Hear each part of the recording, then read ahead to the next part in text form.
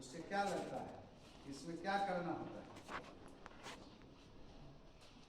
मैंने कुछ बात समझ में आई?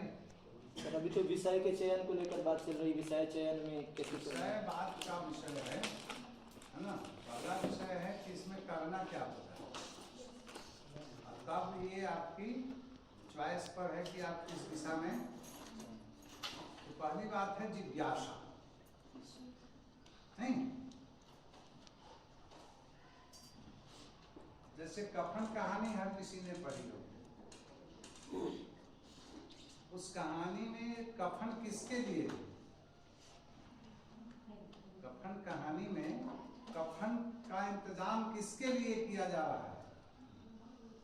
माधव की पत्नी के लिए। तो उसमें एक स्त्री चरित्र है जिसका नाम है बुधिया। ठीक है, बुधिया के लिए कफन है, पूरी केंद्र में कहानी के बुधिया है,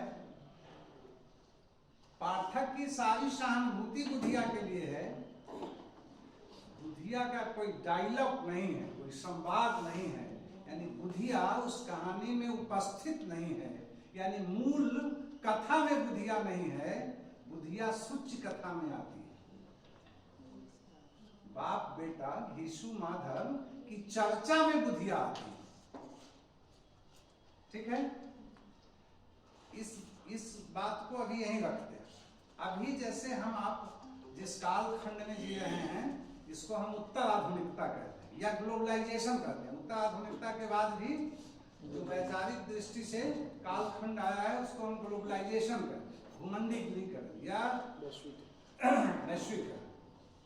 तो उस कालखंड में 3 बड़े नारे पूरी दुनिया में विकसित हुए हैं, समाजशास्त्र के क्षेत्र में भी और साहित्य के क्षेत्र में भी, जिनको हम स्त्री विमर्श, दलित विमर्श और मीडिया विमर्श के नाम से जानते हैं। अब यह 1936 में रचित कहानी है।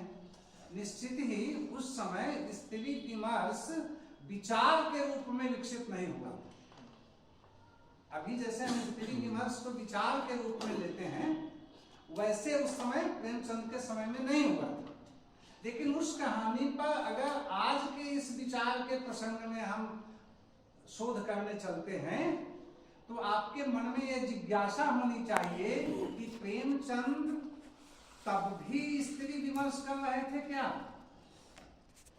कि पूरी कहानी की टेक में बुधिया है और बुधिया इतनी उपेक्षिता है कि उसका एक डायलॉग नहीं है, उसके स्वयं की अनुभूति का कोई भी संकेत कहानी में नहीं है, और उससे संबंधित जितनी चर्चाएं हैं ये दोनों पुरुष करते हैं। नहीं, ऐसा नहीं है कि उन दोनों को अनुराग नहीं है, राग तत्व नहीं है बुधिया के प्रति, ऐसा नहीं है। मगर समाज शास्त्रीय दृष्टि से विमर्श करिएगा तो लगेगा कि एक और पुरुष है और दूसरी और स्त्री है, तो स्त्री की क्या हैसियत है? ठीक, इस प्रसंग को भी यहां छोड़ते हैं।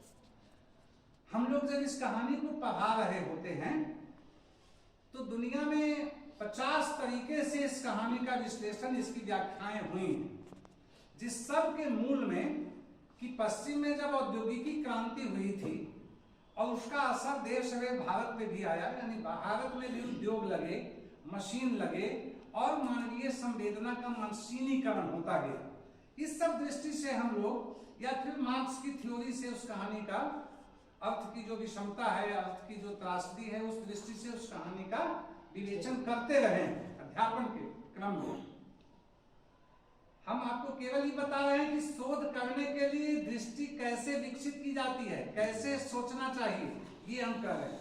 आपका क्षेत्र कोई भी हो, मगर सोचने का तरीका अगर ऐसा नहीं बनाइएगा तो आप शोध करने के योग्य नहीं है। केवल ये हमारा माने पहली बात जो आपसे शेयर करनी है।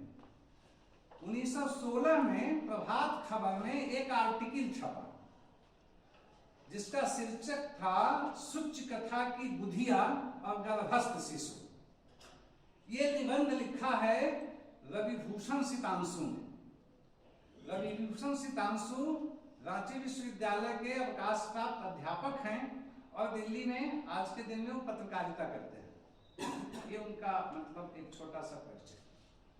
मगर उसको पढ़ने के बाद मुझको लगा कि इस कहानी का तो आधा ही अंश हम लोग आज तक समझे थे, है ना। विभूषण ने इस कहानी को आज का बच्चा क्यों पढ़े, आज क्लास 2 का बच्चा क्यों पढ़े, इसकी प्रासंगिकता क्या है, आज के लोगों के लिए इसका मैसेज क्या है, ये बात तो यहां निहित है। और उसने हेडिंग क्या बनाया, सुच कथा की बुधिया और गर्भस्थ शिशु, यानी मूल कथा में आज भी लगभग हमको लगता है 11वीं या 12वीं बार